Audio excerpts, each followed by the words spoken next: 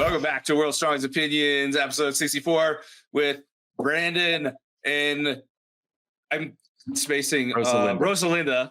Sorry. I was gonna let you guess. I was just waiting. Maybe it'd come to you. I'm like totally just I don't know why I just like hung up on that. I'm sorry. But welcome back to the show. Thanks. Thank you guys. Appreciate it. Yeah, it's great to have you all back. What's going on, man? I mean, you got the big pro-am coming up. Yep. It's coming around way quicker than I could have ever imagined. The last time Linda and I have been talking about it pretty much every night. Like, there's not a day that goes by that it's mostly me that brings it up. It's big. But I remember back at Shaw Classic in August after Colorado's Strongest Man and Woman, Gabe Pena was up on the stage as a guest speaker at the expo, and people were asking him what his next show is, and he called us out right there. We were in the front row, and he said, well, I'm going to do Olympic City Pro-Am. And he said that he's really excited, and he's put in a lot of prep and everything like that. So that's the last kind of like really vivid memory, and then all of it's sped by at 100 miles an hour, and now we're here. We're about 2 weeks away, and the nerves are kicking. It's coming fast. Yeah. It's coming fast. So I guess tell us a little bit more about, I mean, I know you've been raising a lot of money. The goal is to have some pretty handsome payouts. Yeah. I mean, it sounds like you've secured a really nice venue. Yep. Yeah, I think part of our payments towards that venue actually went towards their new parking lot. So I can almost guarantee that, because I drove by the other day and I was like, man, this place looks nice. I wonder where our money went. Yeah. So they upgraded just in time for the show. Yeah. It's looking really good. Yeah, they did. They redid the whole exterior, and I know they were talking about redoing the floor too. I don't know if they've gotten to that or not, but the parking lot's brand new. It's beautiful. You can see the mountains from the other side of it. I recently shared a quick drive-by of it on my Instagram story, but yeah, it's looking good. We're excited. Really big. That's awesome. Yeah, I saw that story. I was like, it's quite a venue just passing by. Yeah, so it's not the whole thing. There's 2 different halls. We're in Hall A. So, yeah, but 40,000 square feet on the one side. So, and then as some of you guys might know, we've brought on quite a few sponsors. A lot of those will be at the venue and have their own booth. So if you guys are following it all on our Instagram pages, which where most of our content is, you can see a lot of our sponsors. So if you're going to be there at the show, be sure to stop by and, say what's up to the guys and tell them thanks. Yeah. I mean, you can shout some of them out if you'd like to. I mean, so we have Strive Physical Therapy. They're a physical therapy place here in Colorado Springs where I've actually gone to for some work in the past. And then so I decided to see if they wanted to be there. So that's Strive Physical Therapy. And then there's another physical therapist, kind of a newer, innovative physical therapist who has some really interesting equipment at his place. And that's Cadre, right? I said it right. I couldn't remember the name. She knows the definition of Cadre. No, okay. I'm not going to put her on the spot, but anyways, great guy. He's another physical therapist. And then we have Pronetics, which is a massage company who works on the Switchbacks, which is the professional strongman soccer team here in Colorado Springs. So, yeah. And with that, actually, Pronetics is offering local athletes. This is an announcement. In the show. Local and in the show. Okay. So I was going to get to the local part. So anybody close by or willing to drive will do free 30-minute massage with your choice of cupping or scraping.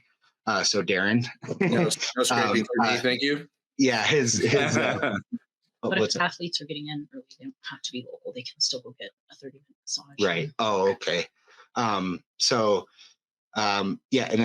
if athletes are not local and they're here, a couple days before the Friday of they can also go in, get their massage, cupping, and even the day after.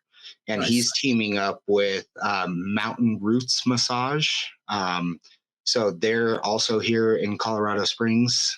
So they're also going to be at the show too. So if there's any athletes who need some massaging just right before or after, they're willing to do that. Man, there's several. There's so many good places. We got Outback Gym, who recently did the show. What was it called? Illinois Strength Expo. Southern Illinois Strength Expo. Okay. Yep, the Southern Illinois Strength Expo. So on that live stream, I think CJ Kraus and Gabe Pena were doing that live stream. And David Huckleberry, the owner, reached out and said that, this gym is trying to support athletes for free. So he's basically sponsors athletes to work out at his home gym. And, he also mentioned in the live stream that he's willing to sponsor other companies as best he can. They're still growing. So, he'll do what he can, but he wants to see the sport grow just like we do. So huge shout out to Outback Gym and David Huckleberry and his wife, kind of doing Huckleberry. No, it's not Huckleberry, but shout out to them. And then, man, there's so many good ones. Cerberus really came in big with 20 drop pads, 20 GP drop pads for our log ladders. Nice. So, Ken, thank you very much. Those got delivered to us, and those will be looking beautiful at the show. So that's nice. Huge. I couldn't have some cheap old gathered up drop pads. Taped up. All kinds of bad looking pads out there. So thank you very much. Evolution Athletics came through. They are giving away $100 to the heaviest male deadlifter and the heaviest female deadlifter. And those gift cards are good online throughout Shaw Strength, Undefined Nutrition, and Evolution Athletics. 5-Star Nutrition is a huge one. They're offering $100 gift card to every single podium finisher at the show. Nice. And they were a bronze level sponsor, so they helped us move the show forward tremendously. So thank you, 5-Star Nutrition.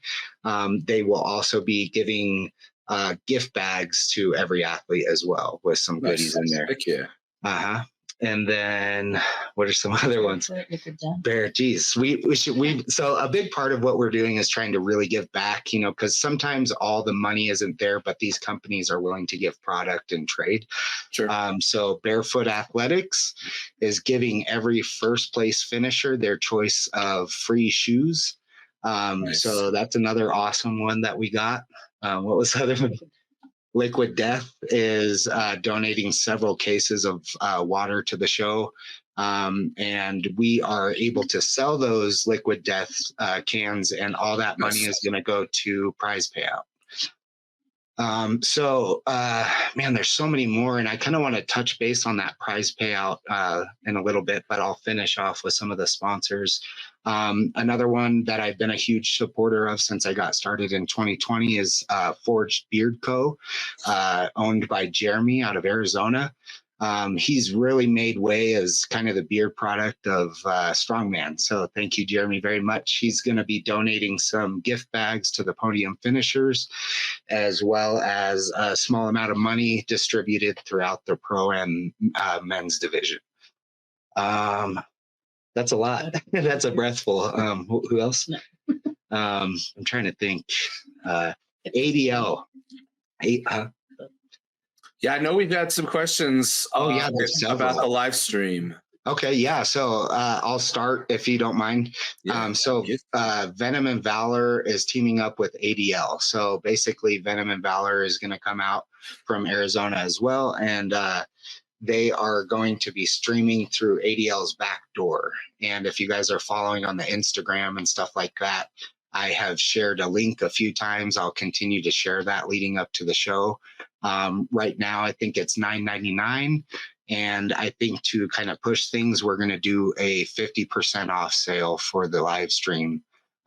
So every bit of that money too, Don couldn't be here this year, so he's kind of teaming up, but he is going to send a check after the show For everybody who buys the live stream, that money will also goes to the prize payout. So, oh, nice. Thank you. So yeah, what were your questions about the live stream?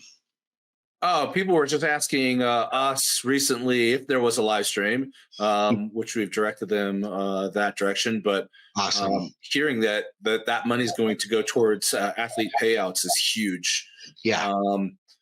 I think that adds a lot of value and probably incentive for everybody that's out there that's looking to support the sport and support the athletes. So, I mean, to me, at the end of the day, buying a live stream is a good cause.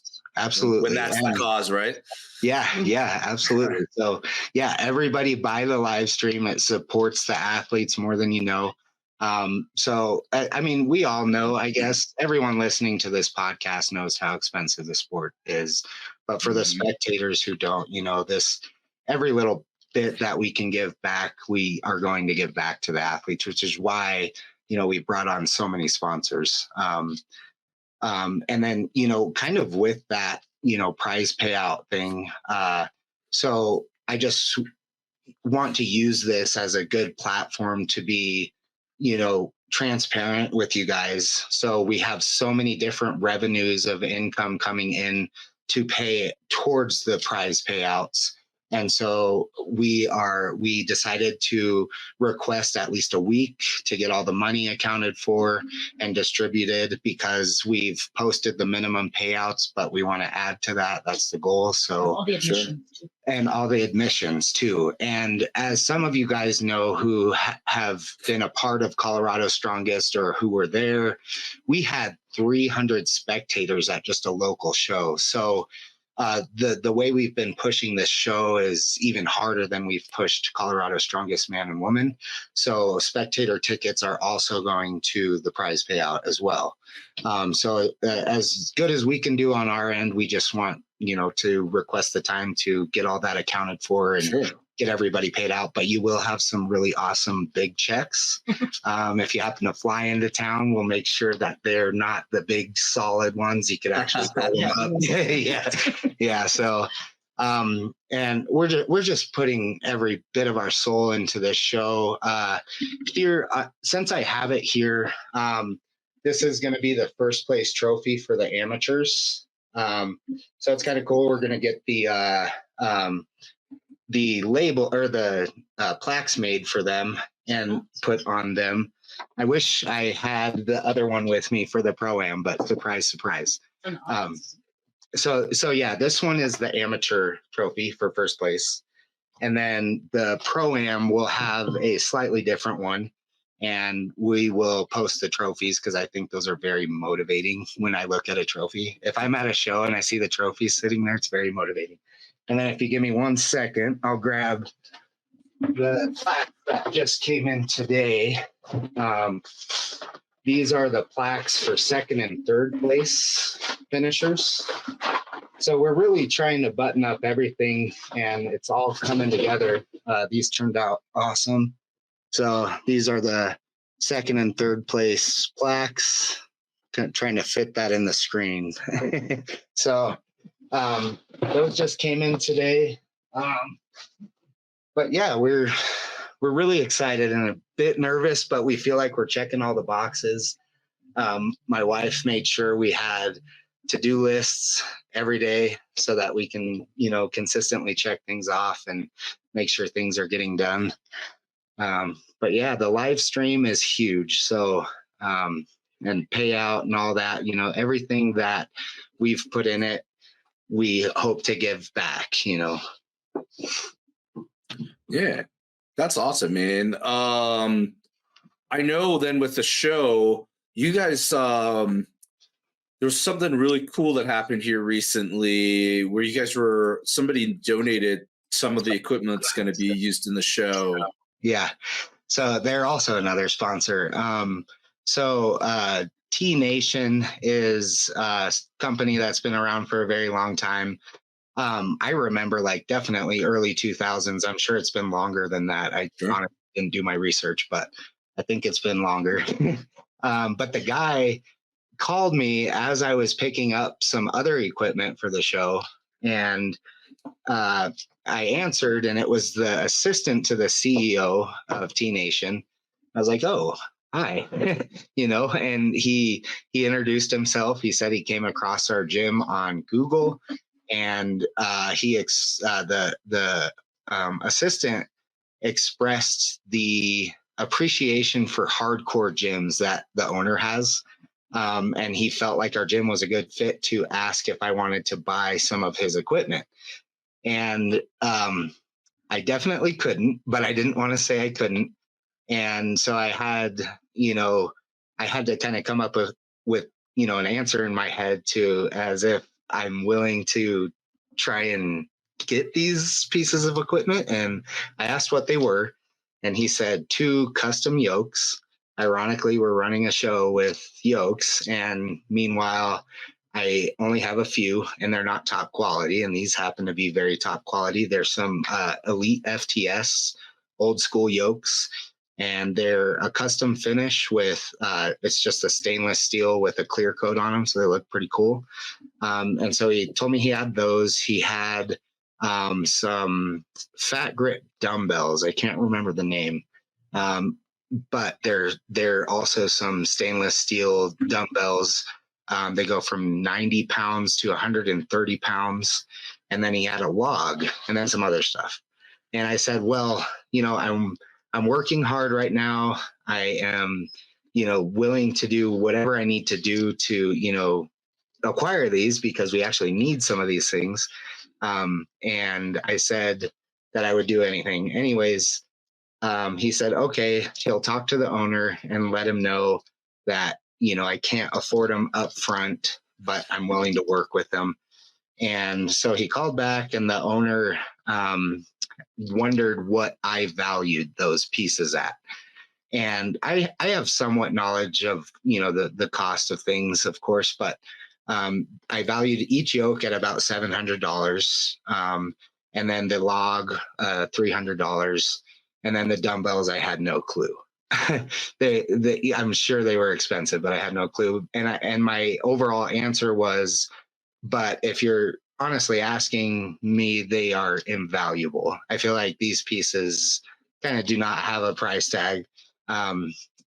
If we were to acquire them, they'd be here forever, kind of thing. And I guess the owner really liked that answer, and he ended up just donating them. So you'll see CJ Allen is a competitor in the open men's class, and he just recently ran with 1,000 pounds on the yoke. Held up awesome, and it looks great too.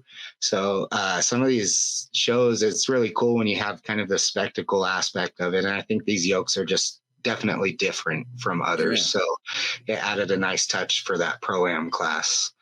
But yeah, huge shout out to T Nation also. They're another big supporter of the show. So yeah, man, I've seen the equipment. I've seen the dumbbells are ridiculous. Yeah. That's a pretty amazing donation. Oh my gosh. Yeah. Like I said, invaluable. And the crazy thing is that I had no idea that T Nation was headquartered in Colorado Springs, Colorado. Did I? Yeah, I had no clue. And it's this unmarked warehouse out in this really obvious spot. And it's like, whoa, that's interesting. Yeah, I had no clue.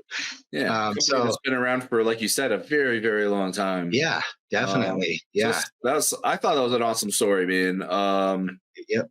To have somebody, that's been around in the industry for so long, going above and beyond to help a local gym and ultimately competition. That's super absolutely awesome. Yeah, it was pretty incredible. We did offer him a booth space at the venue. He has in the past worked with Arnold's and a few other big shows that used to happen in the past, but he kind of steered away from that. But we will hopefully have some giant T Nation banners hanging from the ceiling at the venue. Nice. I have to reach out to the assistant, but he said we could possibly have those hanging there. So we'll see. Nice. Those would be looking pretty cool over there. Yeah. But yeah, that's another one. Man, I feel like I'm missing some. But yeah, there's a lot. I'm sure, at this point, a lot of you have been following what we've been doing. There's definitely been a lot of traction. I'm not going to lie. A lot of amazing people have reached out considering competing. James Deffenbaugh was one of them who were interested. Nadia Stowers, Jacob Finnerty, Austin Andrade was considering it early on. But unfortunately, we got hit with some very strong competition at the beginning of the year. So I think it detoured some people, but I truly feel like if we continue on in the next few years, we'll really be a big time show to consider at our pro. I mean, we were talking about this recently. Being a promoter nowadays can be really competitive, especially the higher level shows, because there's so many other big competitions going on from March through June this year, all around the world. Yeah, so it does get really competitive getting athletes into all these shows. Yep, especially at a local level when that's kind of what our gym is relying on, right? Mm-hmm. So we've been stirring around several different ideas as to how we could accommodate different aspects of the sport. So I know Darren and I have talked, and Linda and I have talked about running single class shows. I think that's a really powerful way to put the spotlight on just, this group of athletes. And then, but at the same time, do this throughout the year and give that spotlight to just different weight classes. So we just all got to work together. I'm a big fan of single weight class shows because they tend to, I mean, from an athlete perspective, having competed in single class shows, they move so much more quickly, more efficiently. So I think it's a better athlete experience. And then from a spectator perspective, also that quicker, smoother running show is like way more attractive, much more attractive. The only problem though, as a promoter, I think you may run into is if you're doing single weight class shows for every weight class, that's a lot of work. It is. Yeah. I think we would keep it kind of like we talked about, like a 105, like a middle light and heavy, like not the subcategories and all that stuff, because I think that's really where you get caught up. We're learning as we go, but that's something we want to start, and we've titled it Colorado Strength Series. So there you go. It'll either actually be Colorado Strength Series or Olympic City Series, something along those lines, but kind of just tie Colorado and Olympic City. Keep the same theme, so that people have something to remember. So right. Olympic City, I don't know, you guys get the point, but like an Olympic City, like single class series, something along those lines. But it's something we talk about a lot because it's getting really diluted. Like, I don't know how places like Texas run so many shows, John. They tend to book a lot of them. Yeah, and we have a huge talent pool too, right? Yeah, I mean, often really full. So it's just really developed there. I feel like Colorado is still finding its ground. So yeah, and that makes a difference. Of like, I mean, Texas is like one of the largest states in the country, so having like 18 million people to pull from versus like a few million is definitely decent. And I think part of it is like trying to like kind of stand out in the crowd and stuff. Like CJ Krause and I actually were talking last week about like how shows like Bricktown Showdown and like Colorado Strongest, like having larger payouts and stuff like that will bring athletes in, because a lot of times at the end of the day, we are a sport that a lot of our best athletes typically lose money or possibly on a good day break even for a competition, which is a hard thing. So having like more high quality shows that are around the country and close, of like Darren's always about, Colorado's very central in the country compared to a lot of places, and like it's a great city, like Denver. We literally are like 350 miles west of the geographical center of the United States. Wow, that's a cool fact. Nice. Yeah. So I think it makes a big difference when you have it's definitely a good hub, and I think we'll use that platform just like we talked about early on in our first episode, where our biggest goal is to pay out athletes. So we will basically be building our show around that, trying to get people paid and have I'm sure there's many different creative ideas that you could think back.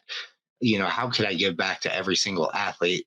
And it makes it a little easier when it's a single class show, where you can almost pay out everybody there. It doesn't matter if they podium or not, but if you got a class of, let's just say, a good stacked class of 15 athletes, but you have the same prize payout budget as you would for, Olympic City with 60 plus athletes, you could pay out every single athlete who came to that show. So we've talked about it a lot, and it's something we want to do. I think, and the easiest way to do that is definitely bring on as many sponsors as we've brought on, maybe be a little bit more particular about venue costs and stuff like that to start. I often bite off way more than I can chew, and I saw the potential in it. And honestly, I think I'll see the return. It's a big spot. We could get lots of people in there, and then ultimately, ticket sales is going to help that. So the goal is, to have more space than we had at Colorado's Strongest, because I feel like that was outrageous how many people were trying to squeeze into that little gym to watch the show. It was live streamed. Yeah, it worked for sure. Thankful it was nice out and you could have the doors open. Absolutely. Oh man, it couldn't have been better. And then it was Don's idea to run the whole thing inside, just in that little area, which I didn't think was possible, but it worked out well. But huge. Oh, with the ticket sales, if you're watching or listening, ticket sales will be $20 at the door. So I'm trying to push ticket sales beforehand to speed up the payout process. It's not working how I imagined. So just to kind of push that a little bit more, tickets will be $20 at the door. Again, you guys are a great platform for all of us that have been on the show, so I'm going to utilize that. But yeah, I'll make more announcements as we go, especially about the deadlift event. There's been a lot of questions about that. And I guess I could touch base on that if we kind of want to transition. So you get about the deadlift. It's an axle bar from the floor. Hey, well, that stays the same. Surprise! It's a 5-inch deficit on a no, but no. It's all I wanted to say with that is I've had some questions about how it's going to be run. Running a max event takes a while. Depending on how you have it set up, it won't. And we've gone over different routes on how we're going to do this. There will be 6 lanes on the deadlift event. And how we're going to do it is rising bar with 20-pound jumps. So I will release the starting weight on the, and it could vary depending on logistics with the 20-pound jumps, but I'm thinking it's going to be, somewhere around that range, but I want to make it easy math. So I'm going to go over that, and then I will announce starting bar weight. I'm going to make sure that everybody's bar weight that is starting, they can at least get 1 rep. It's not going to be anything ridiculous. You'll still have 3 attempts. I mentioned Wessel's rule. It's different. I don't like Wessel's rules, in my opinion. It'll be 3 attempts. You jump in when you want. You can take it or leave it. And we will have somebody out there calling the numbers, and kind of like we did at Sunday Paper back in 2022. I think, Darren, when we competed in that show, the circus dumbbell was rising bar. And then you jumped in, you take it if you want it. And then we just had those 3 attempts. But I had a lot of questions about, of the show, of course, but especially like, can we do last man standing? And it's like, as much as I would love to for maybe like a single event or something, it's a lot of that takes a really long time, and it's super taxing. And you definitely want to save some energy for the rest of the show. So I want to do the 3 attempts. We're still going over tiebreakers, things like that with the event. I don't know if this is something you kind of want to bounce ideas off with us, Darren, but I feel like this is like the only event I need to finalize. And, I think I wouldn't do tiebreakers for an event. I would just do a tiebreaker for first if it was that. This is just me, right? My opinion. At final score, if there's a tie first, do a tiebreaker. Everything else be count back. I mean, to save time, and because if you start doing tiebreakers for every event and every tie, it's going to take a long time. Just the overall, yeah, that's what I would do. So I wouldn't do tiebreakers for per event. Yeah, overall score at the end. If there's a tie for first, do a tiebreaker. I'm a fan of that. And then if there's a tie for second or third, or that's what we were place, just do countbacks. So that's kind of the layout of the deadlift. Unless actually, sorry, if there is a pro card up for grabs in a second place because a pro won, because I think that's the way the rules work, correct? Right. Yes. Then you probably want to do it to a tiebreaker. Yeah, absolutely. So that's one event we wanted to really focus on and make sure that it runs smoothly. Just to be clear on the rules, so because it's not WSO's rules, if you miss your second attempt, you can still take a third rather than, or is it going to be right? That's kind of like powerlifting. Yeah, exactly. And that's kind of that's the whole idea behind the whole flight thing and everything. So we just did it at Static Monsters, and I just really liked the way it ran. And that's how Travis Bogart out of ATR in Wyoming ran it, and it was just super smooth. So, about the deadlift event, these transitions are happening really great, by the way. So, the deadlift event, a couple cool things about it. There is an Instagram page and an Etsy page, I believe. I don't know if you guys have heard of it, but they're called Figures of Strength. I don't know if you've seen them on a sponsored ad or anything, but we're working with them on 2 custom trophies for heaviest men's deadlift and heaviest women's deadlift. Nice. So we'll be sharing all the trophies as we get closer, but it's a really cool trophy. It's a male figure and a female figure deadlifting axle tires. Nice. So it's super cool looking. So those will be some extra trophies up for grabs for you guys. And then we're working with Western Steel Supply here in Colorado Springs, and they are donating 1 7/8 cold rolled OD steel for the open men's heavyweight class axle bar. So it's basically solid steel, and there'll be 10-foot bars. So hopefully we can fit a few more tires than just one on one bar. And I've reached out to Pig Iron Metal Works to kind of get advice on this. And Barratt Strength will be welding these axle bars for the open men's division. We just need to make sure that these bars can handle what these possible pulls are going to be. So we don't want them bending. So thank you to Western Steel Supply and Pig Iron Metal for kind of mentoring me through the process of getting the right material. That's huge. Nice. I definitely wish I could have brought him on board for every single axle, but the shipping was outrageous. But yeah, really cool people involved with this show. So it's really awesome to see how much is coming together when, we've both been putting so much into marketing and reaching out to sponsors and things like that. So it's been fun. It's been wild too. It's a wild ride of emotions and, late nights. We're in the office that we kind of do our shirt making and emailing and stuff like that. And it's just been really fun. I'm excited to continue this into the next several years. Yeah. Heck yeah, man. So about the other events?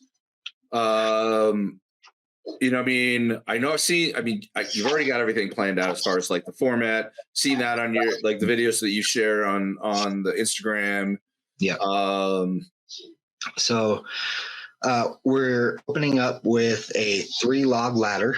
I think this is, can you pull up the amateur one, two on the phone? So yeah, the log ladder is going to be the first event of the show.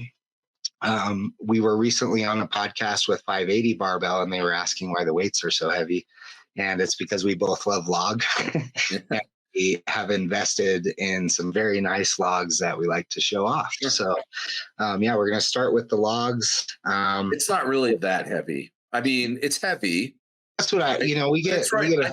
I think for pro level, you're right on par. Okay. Personally. And it was approved by like Steve Foshin and Dion Masters. They had to be within a certain range of nationals and Arnold's even. So I think so too. Things may vary, opinions may vary on weights, of course, with everybody, because everybody's got their strong event and their weak event. Some may not like what they see, but it'll be a 3-log ladder. And there'll be a 75-second time limit. Very nice. Trying to think of, grip shirts are allowed. I like to see grip shirts. I'll use this as a platform as well to mention that Dion asked that we request that there's only Cerberus or Strongman Corp grip shirts. I have to clarify if there's I think, Darren, you just have the old school black one, right? With like nothing on it. Yep. I'm sure something like that would be fine. But I'll go over those logistics. And let's see.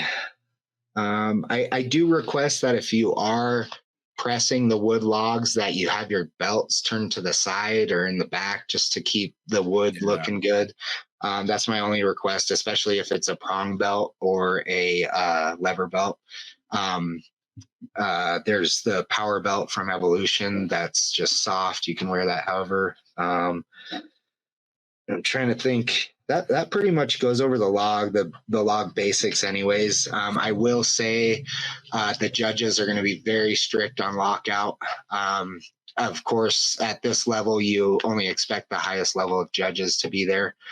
So we're going to have Chad Coy and Steve Foshin judging the men. And then we are talking with I just emailed Dion to see if she'd like to step in as a judge for the women. But if not, we are going to have somebody fill that spot. We have somebody in mind. I just wanted to reach out to Dion first for a possible replacement. Just because I think she'd be a good representative for the women.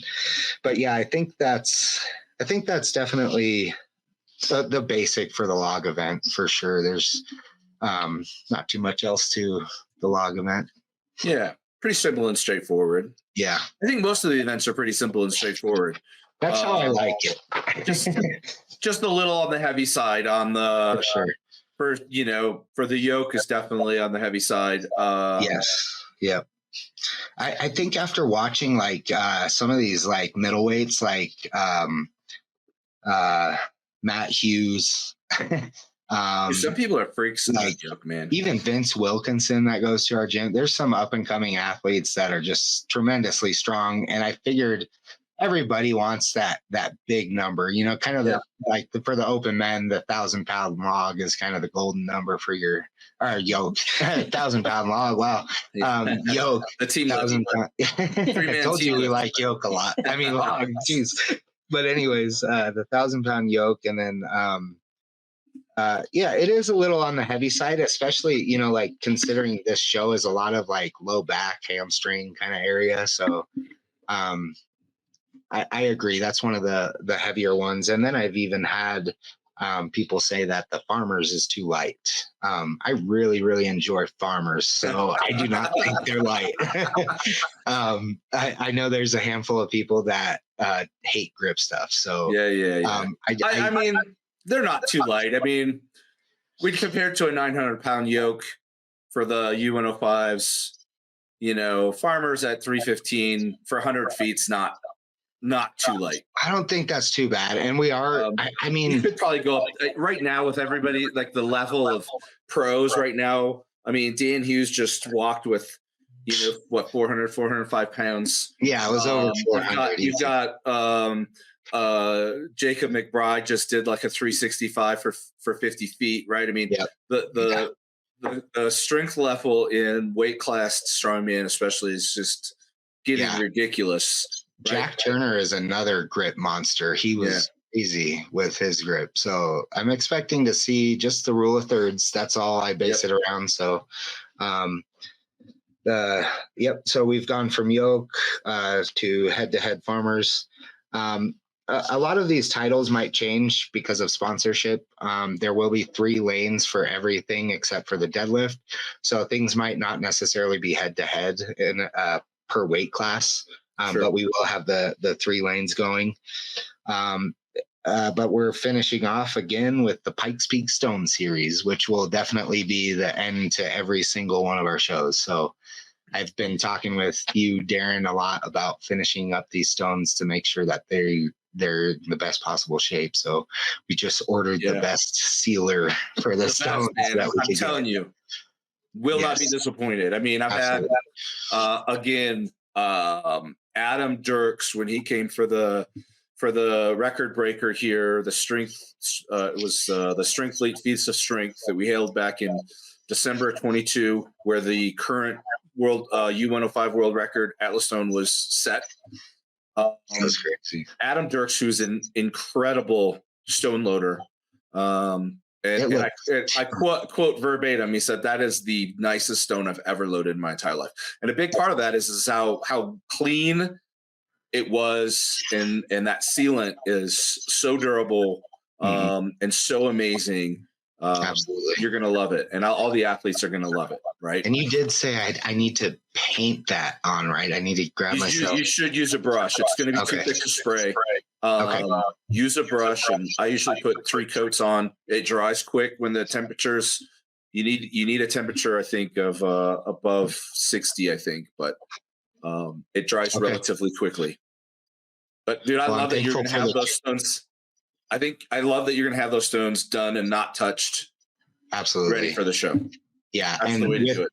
Yep. And with that, I'm sure you guys have seen the platform is getting pretty beat up. We have the other one in our garage here. But I just went and bought the stuff to repair that. Nice. It's at the gym ready to go. I'll be hanging out at the gym while my wife is kind of holding down the fort here at the house with the childcare. So I'm going to be spending a lot of time getting those stones looking beautiful and the platform repaired and ready to go. And we're going to definitely make sure that these things are as clean as possible and just no issues. It's the worst when dust comes off on the stone and your series could be going great and then it's just over in a matter of seconds. And I would hate for that to happen. So yeah, good stones make all the difference at a stone run, man. Absolutely. What's the brand of sealant, or is it a secret? Because I don't. It's Super Seal 2000. So I've been recommending this for a long time. I mean, there's a lot of people out there that'll do, like Steve Slater polishes his stones, which is nice, right? I had a polished stone once. It's pretty decent. If the concrete is poured well, that's a whole other topic. I've covered that on my Instagram before. I should reshare that. Yeah, please do. I'd like to see. Because concrete is the biggest mistake most people make with pouring concrete is their slurry is way too soupy. It's too wet. The strongest concrete, believe it or not, is with just enough water so that it's all wet. The least amount of water makes the strongest concrete, right? But you have to have it hydrated and have it hydrated long enough that the chemical reaction with all of the lime completes that chemical reaction.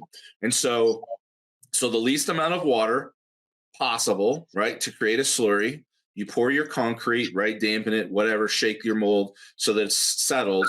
And then you have to keep it moist. I'm a big fan of keeping it in the mold and cover the top for 3 days, roll it out into a Rubbermaid bucket and cover it with water for a week. It creates superior concrete that does not slough excessively. It doesn't crumble. It doesn't slough.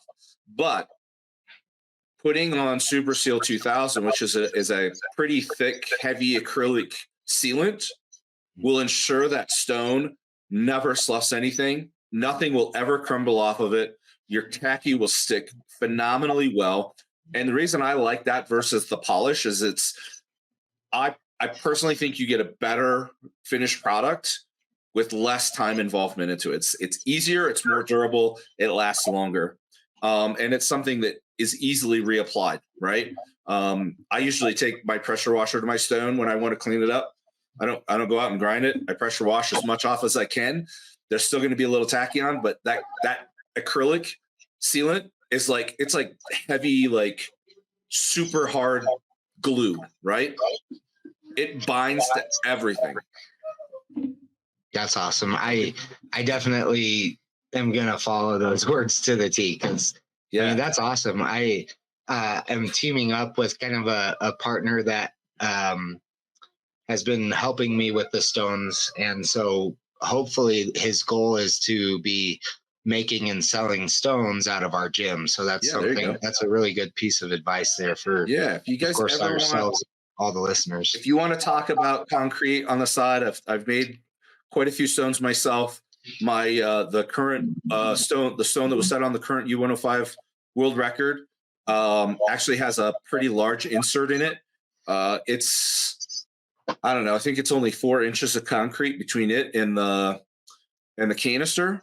Okay. But because of superiorly, I can't even say that word right now. Right. Superior concrete, it has been dropped with over 500 pounds on it several times and there's not even a hairline fracture in it. I'm actually really happy that you brought this up, because I want to make a 500-pound stone. I have the mold, I have but it sounds like doing an insert is going to be the best way to do that, rather than hanging weight through it. Or what's your opinion on getting a 500 stone? There's a lot of ways to go around to doing this. Now I've got a hollow insert, right? Mine is shot loadable, from 330 pounds to about 530 pounds. And so do you add max out about 240 kilograms? What's that? Wow. Do you add that when it's wet, or do you drill? Oh, okay. That's what I thought. And it doesn't sink into the stone. So actually, I've only made one of these. Okay. And my experience was, surprisingly, the insert weighs about 75 pounds by itself. I expected it to sink, but because it's hollow, it's actually buoyant. Okay. So if I ever did another one, I'm going to fill it with sand. Okay. To take out, to hopefully remove that buoyancy.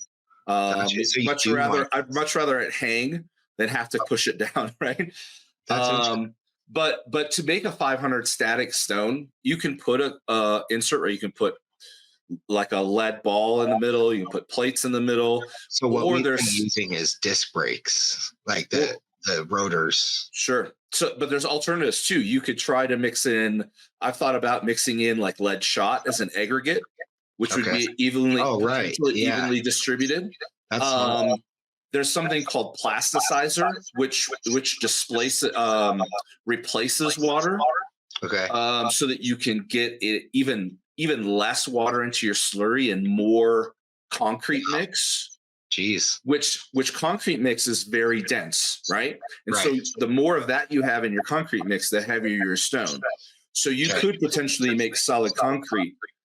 I don't know how much heavier, but you could make it heavier. But aggregates are a possibility. That way you're not fighting the putting your inserts in the center, right? And then you have balance issues. So there's a lot of ways to go around it. And again, if you finish with that acrylic sealant, if you have like little BBs on the surface, they're not going to go anywhere once you coat it, right? Oh, perfect. It might look a little funny. I've never done it, but sure. That's awesome. So there's a lot of ways to go around it. Yeah. Well, that's awesome advice, because I think it's definitely very necessary advice too, because I know there's a lot more people, actually, in my opinion, I'm not sure, but from what I've seen, pouring their own stones more recently. So I think it's just definitely, of course, becoming more popular, the sport. So people are trying to figure out ways to do things themselves. Well, everybody's had to for many, many years, right? Yeah. I mean, back in the early 2000s, people had to make their own molds even, right? So I've actually even made a plaster of Paris mold before. I think we talked about this briefly. So there's, but the problem, the number one problem that I've seen is inferior concrete, right? Mixing way too much water, not allowing the stone to cure long enough, right? It has to stay hydrated through the entire curing process to create superior hard concrete that will not slough. So that's a huge, in my opinion, thing that most people are not getting right in stone making. Okay, cool. That's awesome, man. Yeah. That's the way to finish a show is with some stones. So this Heck is yeah. important. This is all And it's right. not just any stones, though. This is like, tell everybody about the Peaks Point Pike series. I mean, Peak anybody stones, that's not yeah. seen it, So like I got a description right here, so I'll read it to you guys.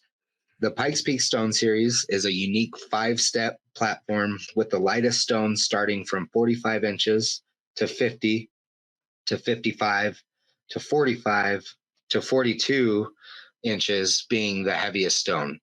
So instead of your typical ascending platform, it ascends and then descends. Right. So what would normally be, kind of a lighter stone towards the middle of the platform is well, I guess you'd say that kind of the same weight, but slightly higher. So it gives Right. you a little bit more challenge when you're loading a slightly heavier stone than you would towards the beginning. So yeah, the that weights was still ascend, but the platform heights go up and then back down. exactly. Yep. So, and the name was coined by a good friend, Colton. Colton Smith came up with the name one day at a Strongman Saturday when we were starting our gym out of our garage. And I asked him a long time ago, before we were even in the facility that Barratt Strength is at, kind of what events would he have in his Strongman show if he were to put one on. And that one really stood out to me. I feel like a lot more shows should end with stones and Agreed. definitely be more straight to the point and old school. That's just kind of how I am. I feel like there's less mistakes with that kind of thing. But yeah, what that really stood out when he came up with the Pikes Peak Stone series. As if you guys are listening or watching, if you're not familiar with Colorado Springs, Pikes Peak is the 14er right here in town. It's this big giant mountain that, from pretty much anywhere in Colorado Springs just looks like the most massive thing ever. There's really cool points where, the clouds will be just as low as the mountains. So it makes them look extra huge. So yeah, that was a really, really powerful, event, and I felt like just the name, the simple change in height and everything really made it a cool event without switching it up too much, making a crazy, outrageous event. Just straight to the point, just slightly different. But yeah, that's the Pro-Am is going to have an AM show with the amateurs going first, and then Nice. a PM show with the pros finishing off. One thing that we learned from Colorado Strongest was, the thing that we needed to improve on most was organization, having everything, ready to go. And then also just having a big crew to make sure that, things can be handled well, and just really good ways of communication. So things we've kind of done to improve on that is, John, I love your cat, man. That's a good one. That's awesome. Yeah, she's a big one. That's popular. Yeah. Yeah. She's kind of a menace. She just lingers around me all day, just like there you go. Yeah. So we just needed to improve on some things, and one of the biggest improvements we've made is we're going to have a crew of, I think the list is over there. I want to say we have 25 volunteers volunteering for the show. So we've brought in different implements to help the show. We have walkie-talkies with earpieces. So the scribes, the scorekeepers will have those to communicate with the scorekeeper at the desk. John, you're going to be sitting next to the Venom and Valor crew, as well as Travis Bogard from ATR in Cheyenne, Wyoming. He's going to be entering scores for us and making sure that's all taken care of. You guys will have a really good view of everyone's last names on the shirts. So hopefully if there's any miscommunication between, relaying information, you guys could have the visual as well. That's one thing we're doing. And then we'll have lane signs for the weights. So every log will will be labeled with what weight it is for the spectators. I think that's powerful, especially for, the commentary and, just to be able to relay the information to the spectators as to, what these weights are and things like that, just as to not forget, because these are very heavy and impressive. So, what other things you have? Yeah, all those books. Oh, where's the ones you have? Oh, Right there. Those ones. Yeah, I want to interject a little bit, another fact. Yeah. Trivia about Pikes Peak that some people may not know. This song, America the Beautiful, was actually written after the writer, I think her name's Catherine Lee Bates, was inspired after climbing and summiting the Pikes Peak in 1893. Wow. Right. Awesome. So for the Purple Mountain's Majesty is in reference to Pikes Peak. I never knew that. That's cool. Awesome. Sweet. Fun fact. I just learned that myself a couple days ago. Oh, cool. Yeah. It's never, you're always learning something new. And especially like you've been familiar with Colorado Springs for a long time, but it's kind of crazy when, you've learned these facts and we've lived here for 10 years now. Yeah. Not almost, but yeah, that's awesome. I like that. But yeah, and here's another thing Linda has that we've been putting together. We have the event handbook. So all of our other handbooks are black, but this is our event handbook. And we've been putting this together just to make the show run even smoother. So it goes over the each event, the event schedule, and then we have like an event or a judge sheet. So this sheet the judge will be able to have with all the rules on it. So every time we have an event coming up and we have our quick rules meeting right before the event, there's no question, kind of all the answers are on here. But we've designed these books to help us aid our judges, our crew members, and everything like that. And it goes over, what the weights are that are going to be loaded onto the implements, what the plates are specifically, just so there's no question. And we even printed out, we pre-printed the score sheets. So every lane will have a score sheet that's alphabetically ordered by athlete's last name. So you can simply flip to the athlete's last name, enter their score, so you're not scrambling through pages. We're really just trying to exhaust all measures to make sure that this show is just super smooth. I mean, because I've heard nothing but good stuff about our show. Just where it can improve was how the show was run, as far as our crew and things like that. So we're really trying to hammer that down and nail that. So the score books and the event handbooks are going to be a huge factor into how smooth it runs. So we're super proud of that. And it just really gives a strong visual as well as description of how the stage needs to be set up, how transitions are made.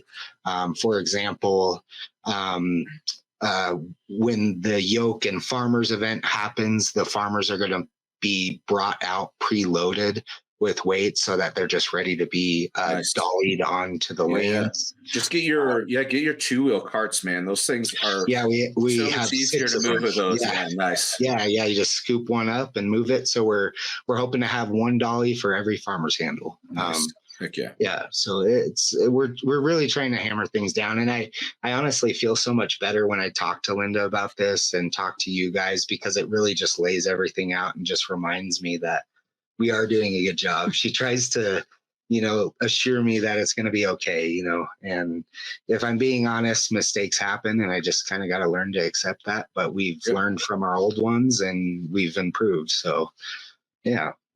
And this is only our second show, so I think we're doing okay. Yeah, man. No, it sounds like you guys are pulling together really well. Put a lot of thought and planning and organization into this competition, man. I'm really excited for it. Awesome. Yeah.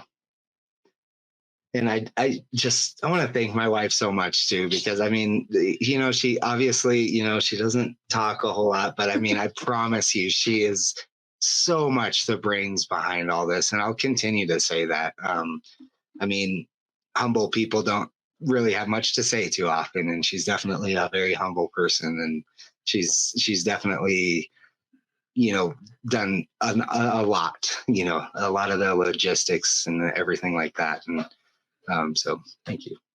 Awesome. Yeah. Cool. Anything else before we end the show? You have anything? No.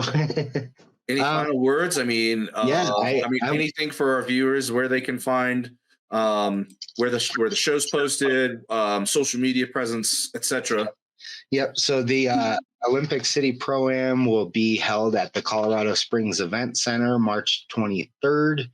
And the address is posted on our website, www.barrattstrength.com. There's an Olympic City Pro-Am tab. You should be able to find a lot of the information on there, as well as tickets.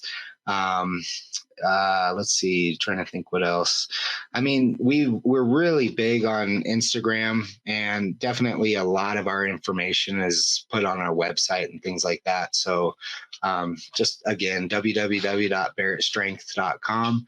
You should be able to find all your questions there. We have a 24-hour chat on that website. If you guys have any questions, just let us know. So I don't chat 24 hours, but I'll get the message. Chatbot does though, right? Yeah.